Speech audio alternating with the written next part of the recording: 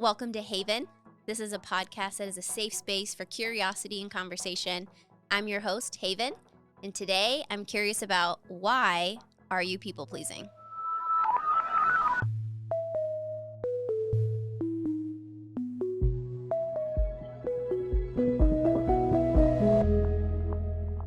Why are you people-pleasing? For me, I was thinking, when did I pick up people-pleasing? Because it is not my nature. I think in childhood, it wasn't something I dealt with.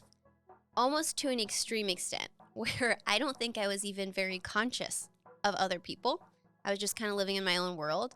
I think about one instance where my childhood friend Tessa, shout out Tessa, Hove, they had a family of 7. I considered myself the 8th member of their family. I love them so much, but we were pals. We did everything together. And I realized that I was kind of just running the show. Did I really think about what Tessa wanted? I hope I did. But there was one instance where she was sleeping over, and our family, we had this rule where it was like, if the guest is coming, then you give up your bed and you sleep on the floor. But we had gone to the doctor that day, and I told Tessa, I said, I'm so sorry, Tessa, that I need my bed tonight because I heard the doctor say I have symptoms of scoliosis and I really should protect my back. And so I slept on the bed. And if that is not people-pleasing, I don't know what is not. That was so selfish of me. And then I think of another instance where I didn't really date in like middle school or high school, really. But I went to dances with people. And there was a kid that invited me to his like middle school dance or whatever. And I was like, sure, okay, yeah, we'll go. And we kept dancing. He kept trying to bring me closer and closer. And I kind of was like, pushing away. And after enough times, I paused the dance and I said, hey, I don't really want to dance with you that close. Can we like stand like this? It's just uncomfortable to me. And he was like, oh, yeah, okay. And it was just blunt. And then another dance instance, I don't really know why all my stories involve dances. I think I just loved an excuse to dress up and ride in a limo, so sue me. So I went to this other guy's dance, which I actually didn't really know he was asking me to the dance. I was captain of the debate team, and he was calling me, and I thought we were going to talk about debate stuff. And then he was like, hey, will you go to this dance with me? And I was like, oh, okay, yeah, let's do it. So I didn't really have like a crush on him or anything, but I was like, we're friends, this will be fun. So he comes to pick me up for the dance, and he didn't say I looked pretty, which, okay, rude. Like, that's the first thing you do when you pick up someone. I didn't always put an effort, but I put an effort there. It's like, acknowledge it. Then we go to dinner prior to the dance. And it was so bizarre.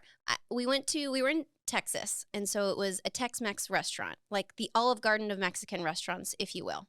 And I order a burrito. And it comes in and it's huge. And he made this comment I'll never forget. He's like, wow, what a big burrito, fatty. And I like put my fork and knife down, and I looked at him and I said, I don't know how you speak to people that are not on your football team, but we're on a date, and I won't be spoken to that way, period. So if you make any more comments, then what's going to follow is I'm going to have someone pick me up, and I'm not going to go to the dance with you, because that was pretty rude. And then, okay, we went to the dance and had a great time. But I set all of that up because my nature is to not people please.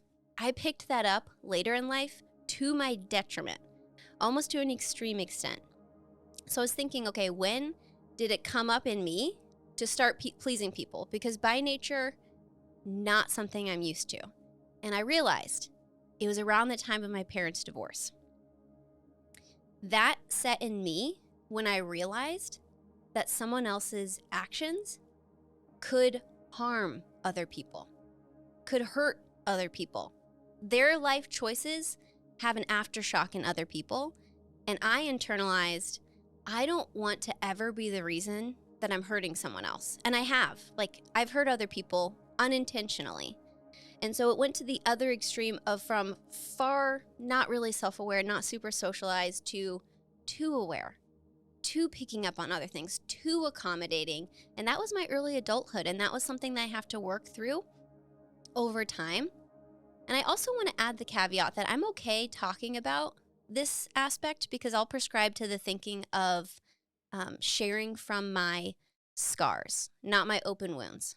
So this is something that I've reconciled, I've worked through it. It's a scar, but I probably won't share with you guys my current open wounds. And I think that's another way of like, sometimes people pleasers feel like, oh, someone needs to know this about me. I should tell them. You don't owe anyone information about your life that hasn't earned it. Like, you get to protect yourself. You get to have privacy. You get to have your own reasons of when you share something or don't share them. And it's up to you to decide that when someone has earned trust with you overall. So that's another thing I wanted to just embed in here is sometimes people pleasers, it's like, oh, they're asking me this question. I don't want to lie or be fake. But it kind of goes in the lines of, metaphorically, if I meet someone, I'm not going to take my top off around them. Like, those kind of things come with time and someone earning it piece by piece by piece. There's a foundation of getting to know each other and understanding, and also context matters, complete context. So if I have a close girlfriend and we're going back and forth, just like at the beach, I'd probably wear a bikini. That context makes sense. I'm not going to walk down the street in a bikini with people I don't know. So the reason too is I want to bring this into here of context of where you share about where your open wounds are. You should be open with what's hurting you for the people that know you and love you and care about you and are safe and have earned it. But you don't have to share about things that are still kind of pricking you and tough for you in a public forum setting. But I wanted to at least bring that together, in that I'm people pleasing because of my parents' divorce. And it sucks. And I had to work through it. But I want to talk about, you may have a different reason. Like, what happened? Was there something that you learned in childhood? Not all origin stories are bad. Maybe you just loved your mom or your dad and you just really wanted to please them because you really cared about them so much and they would validate certain things and you realized that felt good. I don't know. Ask yourself, is there a root cause to why I'm people pleasing? I was also thinking the tagline of this podcast is called A Safe Space for Curiosity and Conversation.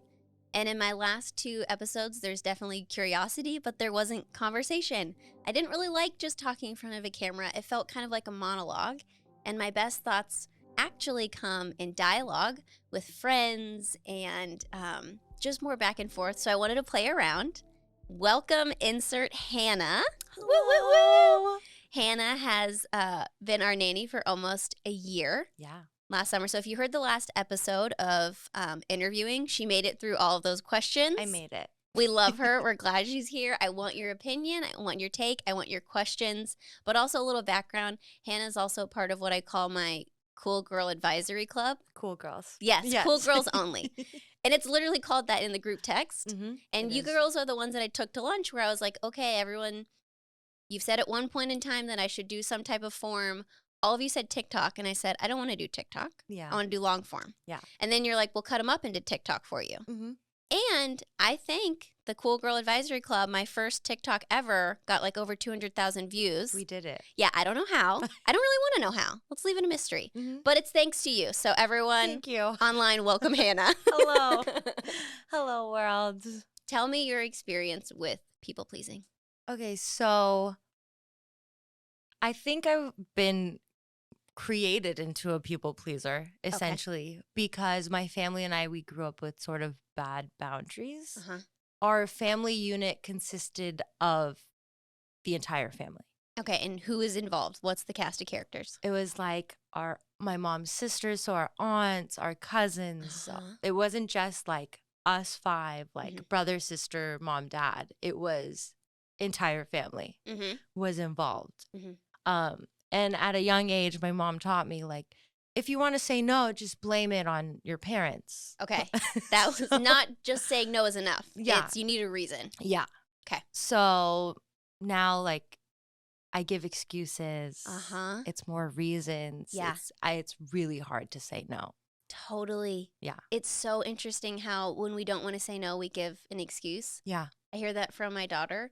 When she doesn't want to clean up her room, all of a sudden her legs are tired. Yeah. And I was like, are your legs really tired? Because you were just scootering around a Yeah. lot.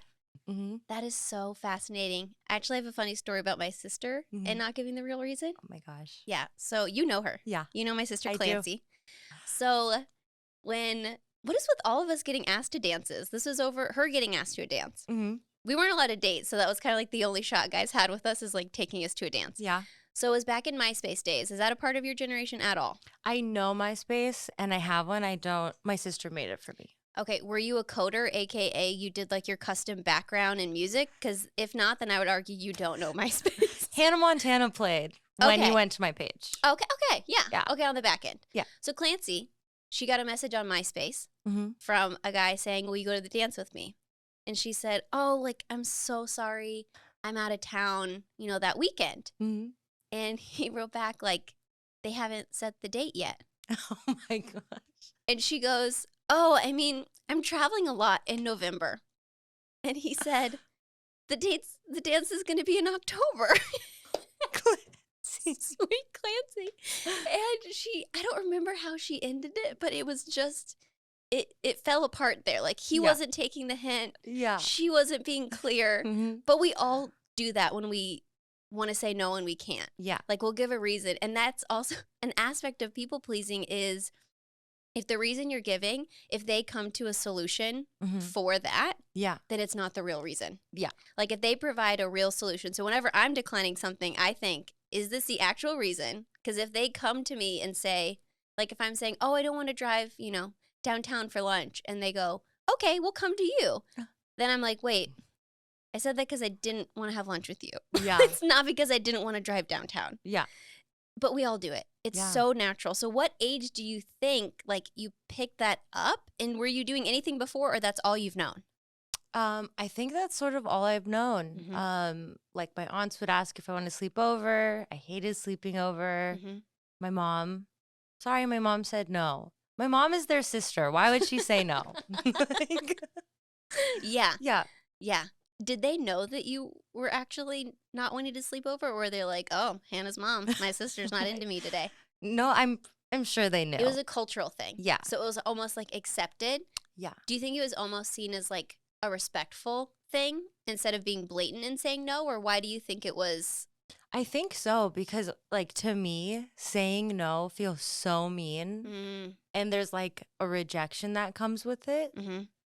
But when we went to family therapy, because we had bad boundaries, yes, our therapist was like, just say no. And my siblings and I were like, I don't think we could do that. Like, really? Just say no. Yeah. Wow. How old were you when you went to family therapy? That was when I was like 19. Okay. Yeah. Wow. Yeah. That is so fascinating. Can I ask, like, what made you guys even want to go to family therapy? Was it just because of the boundaries? My brother was getting married at that time. So it was like testing the boundaries that we had set up, which was none. But when you get married, you need boundaries because you're like protecting the family that you're starting. Right. So we had to figure that out. Wow, good for you guys. How do healthy boundaries look like for you and your family? Yeah, it's still a work in progress. So again, like, I picked that up in early adulthood and I'm trying to unlearn it now. And one of the ways it shows up for me is I fundamentally cannot cancel a plan. It physically hurts my soul. Yeah. I could be on my deathbed and still want to follow through with a commitment. So I was talking with my husband, Aaron, and I was like, I don't know how to not be that way. I can't cancel, because he was seeing my schedule. He was seeing that I just overcommitted myself. He's like, what can you pull? And I was like, I don't know if I'm there yet. It's still too tough to not be responsible. That's like the narrative I say in my head of I need to show up and follow through to my commitments, which on one hand, sure, it's honorable. On the other hand, there's probably a root of why that's painful for me. Yeah. But what I'm trying to do for myself is not commit myself in the first place. Yeah. Is not in the moment say I'll do something or jump in when there's a lack or a need, which is hard for me. Like, a practical way I'm doing it is I'll say, if someone's asking me to do something, I'll be like, let me sleep on it. There's a lot I want to do in a moment. And if I'm going off of the vibes of the moment, I'm just going to say yes. Yeah. Because I'm excited. Yeah. And I probably want to do it to some way. Or like an example is my friend at the gym the other day, she said it was her birthday that day. And I was like, oh my gosh, like, happy birthday. And in my head, I'm thinking, oh, I could bring her a Starbucks card tomorrow morning and say it was like a belated birthday gift or all those things. But I was like, oh, if I drive to Starbucks and get something and do the effort, like that's all extra time that my yes there is going to be a no to a priority I actually have. Yeah. And so I kind of take it through the lens of my yes somewhere is always a no somewhere else. And what is actually a priority here? Like I work during the week, so those times with my kids are precious. Mm-hmm. Do I really want to take that away? Yeah. And in my head, it's like happy birthday. Saying that is enough for this instance. Or I was doing that workout class. It was kind of all coming to me. It's where I have my best ideas. It sounds like that's like the only place I hang out. It's at the gym. If you're a mom, then it's like if you have me time somewhere, you hold on to it at all costs. And the instructor was saying, okay, if you want to advance it, then, pick up a weight. And we're doing these crunches. So I instinctively picked up the weight. And then to me, I'm a person of faith. Mm-hmm. So what I felt was like the Holy Spirit was saying, like, you're doing that everywhere, babe. He speaks to me like he loves me. Yeah. In my head, the Holy Spirit. That's what he says to mm-hmm. me. And I was like, I am. Like, I'm doing this everywhere. I'm picking up the weight everywhere to advance it. And kind of even going along with that of, if you're picking up the weight everywhere, eventually you're going to overstrain. Mm-hmm. And then you're going to be into a forced rest and you can't do anything. Yeah. If you constantly are picking up the weight everywhere. For me, it's like I want to push myself to the limits. I want to go to the margins. I want to challenge, but it has to be mixed with either rest or I can't give 100 in every area of my life. Yeah. Which is hard for me. Mm-hmm. But that's another mantra I keep thinking to myself is don't pick up the weight. Don't pick up the weight. Like, because I will. If there's a gap in responsibility, I want to go in and help. Yeah. I want to go in and fix. But I think this is another interesting thing about people pleasing is it's not always a lose-lose when you say no. Mm-hmm. I think in our heads we think if we don't do it, then it's terrible for other people or it's not good for them. Yeah, for me and my family, the word boundaries was almost like a bad word because it seemed like you were keeping people out. Mm-hmm. But what I've learned is that like boundaries actually help you keep people in a healthy way. Wow. So that you don't have to keep them out at some point. Yeah, totally. Yeah. And they're more about even you than it is like anti someone else. Yeah. I had an instance where we were part of a large church in Texas and I was playing drums at the summer camp all summer. And those were wild. It was so many kids, so many songs. It was really fun, but it was near, I think I'd been there 3 weeks at that point. Oh my gosh. It was a long time. And I remember the youth pastor came to me and he was saying, hey, one of the trainers was out. Can you be their trainer and play drums? Mm-hmm. And I thought, that will kill me.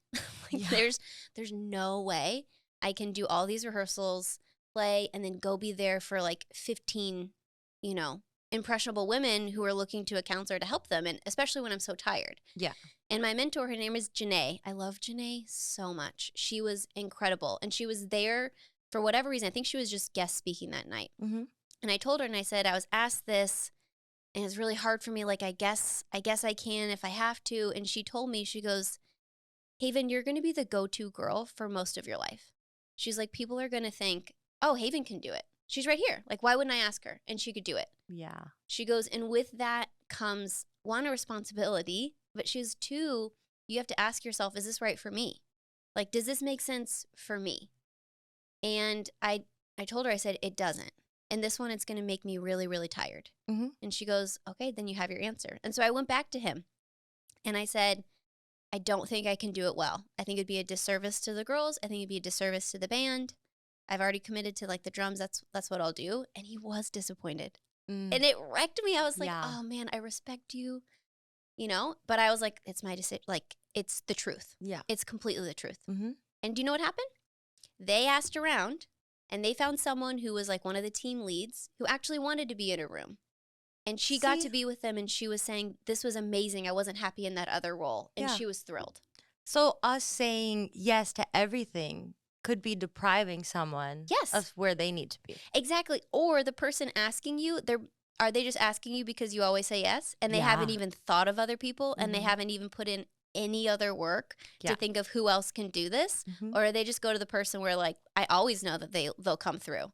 So it's almost lazy that they're not no offense to that youth pastor. I don't think you were lazy. I actually really like you too. Yeah. But sometimes, like, did you think of other people? I don't know. Yeah. So it's also like if you're people pleasing, feels great to be asked, but maybe it's depriving someone else of an opportunity. Yeah. There's these TikToks where this lady teaches people how to say no. But it's like in nice ways. Like, what does she say? So like, sorry, or thank you for thinking of me. I will not be able to do this at this point in time. Or like, you know, easy things like that. I'm like, I need to implement them. It is all about wording. Like it really is. Or if someone's asking you to do something, at the moment I have something else going on, but I've allotted time to do that tomorrow at 3. Let me get to it first thing. That sounds so much better than no, I can't. Yeah. But also, there's the saying, no is a complete sentence. That's true. No is a complete sentence. No. Yeah. I'm not there yet. I used to be. No. I'm still trying to get back. And you don't even have to say sorry. No. No, sorry. No, because you're not really sorry. No. You don't really want to do it. No. Why do we say sorry? I don't know. It's just like people pleasing. Is this a female thing? Yeah, do men say sorry? Our producer is shaking his head yes. Yes, you guys do. I don't know. You guys feel bad I'm just too. kidding. He doesn't have a mic, so he can't defend himself. Yeah. I'm sure.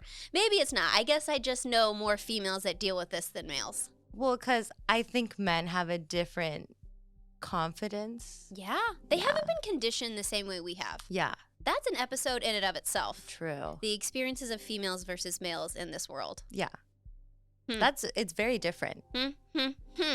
We should do it. You should do it. We. You're my advisory club.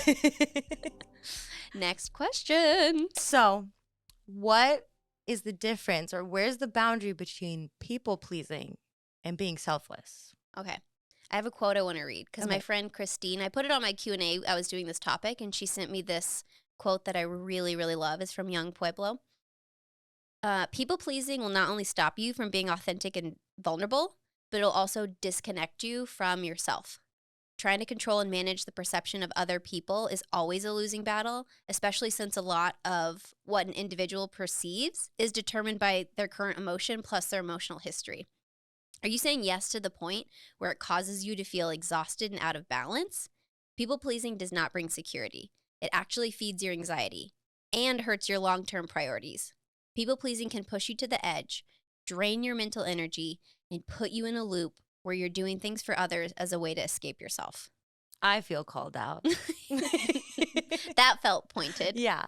But I think it's kind of going to even the main topic of this episode of why. Like, why are you people pleasing? I think we all have a root. Yours was cultural. Yours was embedded. Yeah. Mine was inflicted by a wound. There could be other reasons. Again, I even talked about at the beginning of it doesn't have to be a bad story. Maybe someone just really loved their parent and wanted to get their approval or please them or whatever. Yeah. Maybe you're just disappointed or you're scared to disappoint someone, or you feel really guilty, or, you know, sometimes, again, I'm a person of faith. Sometimes it's like put on you of like, die to yourself, do things for other people. And that could almost translate of like, oh, I need to remove myself. But in the Bible, it says, love your neighbor as yourself. Yeah. It's not like outside, love as myself. I have to love myself before I can love someone else. Yeah. How do I love myself? How do I take that first and take care so I'm not pouring from an empty cup? Yes. How can I just not give and give and give, but what do I need to do to then when I'm giving, it's by choice. Anytime I give, I want it to be because I've chosen to intentionally do this, not out of obligation, not out of fear of disappointment or guilt, but because I love you and I want to do something for you. That's the ultimate goal, is to get to that place where that's actually true selflessness, and it's not the root of people pleasing. So it could be the same action, but if your intention's different, that's where it could potentially be unhealthy, I think. Yeah. Because I mean, like, if you're saying yes to everything and you go and to do the things you said yes to, but you're like not doing it from a happy spirit or a kind spirit, then yeah, like, why are you there? Totally. Yeah. You know, a lot of people are dealing with this. We opened it up to questions. So why don't you choose some and we'll go from there. Okay, so one of the listeners asked, how do you break the cycle of people pleasing when it seems like it's been ingrained in my DNA? That's tough. Yeah. That's tough. Yeah. I would say ask yourself the real reason. So if someone's asking you to do something, You don't even have to say it out loud first, but be like, do I want to do this? Mm-hmm. And be honest with yourself. Yeah. That's the first step, is getting to know yourself again, not on how it impacts other people. And then I think it's just like you learned in your family therapy, is like, what boundary can I have here? And like, there's even a practical boundary where I remember I like to push myself to the limits, and my mom's like, you should block off time on your calendar for nothing. She was like, put nothing on your calendar. Yeah. And don't fill it just for yourself. And I still do that to this day, where I just block it off. And I'm like, there are things I could be doing for other people here that I'm not going to do. So I can have time for me. And that is so visceral, where sometimes it's taking a bubble bath, watching a reality show on my iPad. There's so much I could do. I could be teaching my kids about emotional regulation. Yeah. I could be, going on a date with my husband, which actually is refueling too. I could be trying to find a way to build our business better. I could be reaching out to a friend. But you know what I want to do? Nothing. Yeah. I want to watch some Vanderpump Rules. Oh, yeah. I want to watch Real Housewives. Please. I want to watch other people's drama and then maybe take a nap. Yeah. But I would say, find out what refuels you and make sure you're filling time with that first. Yeah. So take time to get to know yourself. And I think that'll help with people pleasing. Full disclosure, I've seen your schedule on the iPad. Yes. And it's freaking crazy. It's It is. very colorful. So colorful. I mean, context switching. I got to know, is this a client call? Is this an employee call? Is this a personal thing? Yeah. Yeah. Colorful. You do have an insight into my life as a nanny. I do. Yeah. Yeah. That's interesting. I was like, this gives me anxiety. It's like one after the other. Yeah. It is, though. I'm working on it. Not all that's people pleasing, Hannah. I have responsibilities. Yes. Some of it might be. Trying to work on it. Next question. How do you set boundaries with people close to you without feeling guilty or disappointing them while still maintaining a healthy and respectful relationship? I think you will disappoint them. Yeah. I think it's not trying to not disappoint them. I think it's knowing I will. And what I say in my head is, I may be hurting them, but I'm not harming them. Yeah. That's really good. There's a difference. Hurt kind of is inevitable. Harming seems intentional. And if I'm trying to be true to myself, then I would rather hurt someone than harm myself. Yeah. And me people pleasing harms me. Wow. That was really good. Thank you. So someone asked about people pleasing and how it relates to your job and how it's, or if it's different in the workspace. Yeah. I mean, it is, because if you're an employee, you have a job to do. So you should please your manager and your company and everything. So I think it's specific. Is it within the job description? Then maybe we do stuff that we don't want to do necessarily. But I remember I had a coworker who, it was back when I had a physical office. She would come in and talk. And I have to get my work done. And I didn't know how to end it. Like, I would try and be so obvious, and it was just not coming across. And I remember my counselor at the time, I asked him, and he said, you have to physically show her. He goes, you have to physically stand up and walk yourself to the door and then say a closer statement. And like those kind of things. You may have to what's the word? It's not intact. Enact. You may have to enact like physical clues to people. Yeah. Of, this is, we're going to end talking here.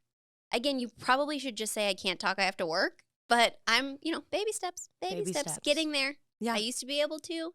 I'm trying to get back there again. Yeah. But you may have to try some of the practical stuff of, I'll do this all day. So if you're in a conversation with me and I've done this, I do care about you, but I also have to end things. Walk to the door. Walk to the door. Just walk to the door.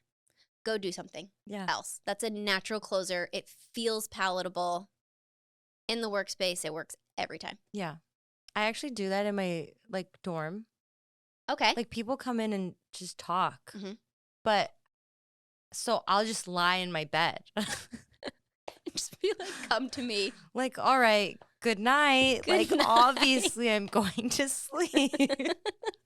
Get out. Yeah, totally. Yeah. Man, it must be hard to be so popular, Hannah. It's terrible. Yeah.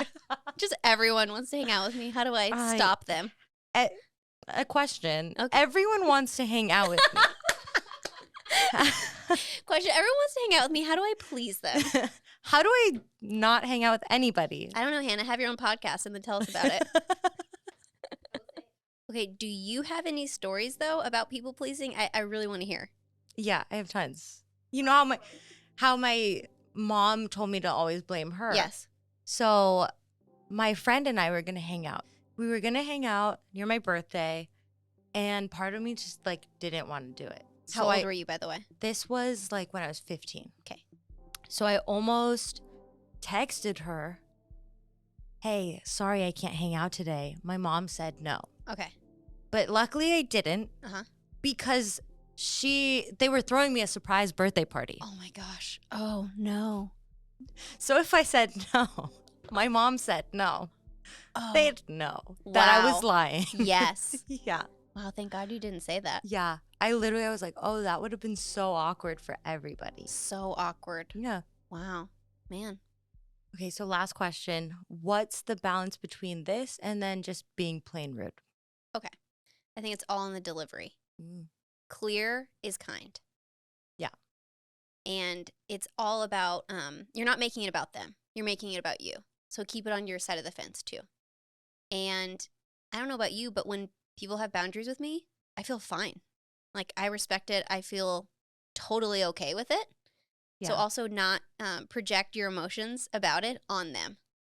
Yeah. Of if you're just clear and you're kind and you're concise and not apologetic, because also people treat you the way you let them. If you're apologetic, they'll be like, she should feel bad that she's not doing this. And she's right to feel bad.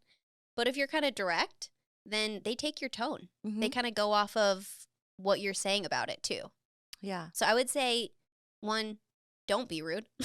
Like, that's the difference. Don't be rude about it. Just be clear. And clear is kind. Yeah. This reminds me of that one time I was putting Echo down for a nap. And he was crying and crying. And I was like, I'm sorry, Echo. Like, it's just for a little bit. You'll be fine. Just take a nap. And I left. And then you were like, don't say sorry. Because then he's going to think, like, yeah, she should be sorry. Yeah, why is she leaving me? Why is she sorry for leaving me in this cage? Yes. It is kind of the take on, in that term of, like, even with a child, of this is for your good. Yeah. You're fed. You have a diaper change. You're actually tired. This is good for you. And I know what's good for you, and I love you, and I'm going to lay you down. That, to me, sits so much better than, oh, no, I'm sorry. Like, and then he's like, wait, I am in danger. Yeah, because they feel bad about this. Yeah, totally. Yeah. Totally. So look, you're practicing already. I was like, wow, I learned things from Haven, even when I'm working. Hey, thank you. Thank you. Well, overall, guys, I know how I'm going to close my podcast now because it's my 3rd episode. And I'm going to ask you to like, subscribe, and review on YouTube. Follow me on TikTok. Yes, TikTok. And the handle is written on the screen. Well, we're going to kind of change it. What That's is why. it? It's Haven Podcast, but we're changing it to Haven the Podcast. The Podcast. But you can't change your handle within 7 days of when or something. I don't know. I don't know the rules. I don't know if we're going to cut this. If we're keeping it, then now you learned something about TikTok. You can't change your handles a lot. My Instagram handle is @Haven the Podcast, and that's where I do my Q&As. So that's where I kind of get these questions for future topics. You can also submit topic requests or long form questions to hello@havenpod.com. Thank you for listening. Thank you, Hannah, for being my first guest. Of course. Thank you for having me. Of course. I loved your take on things. This felt, to me, this felt so much more natural than just staring at a camera. Even though I love my producer, I was like, I need a girl. Yeah.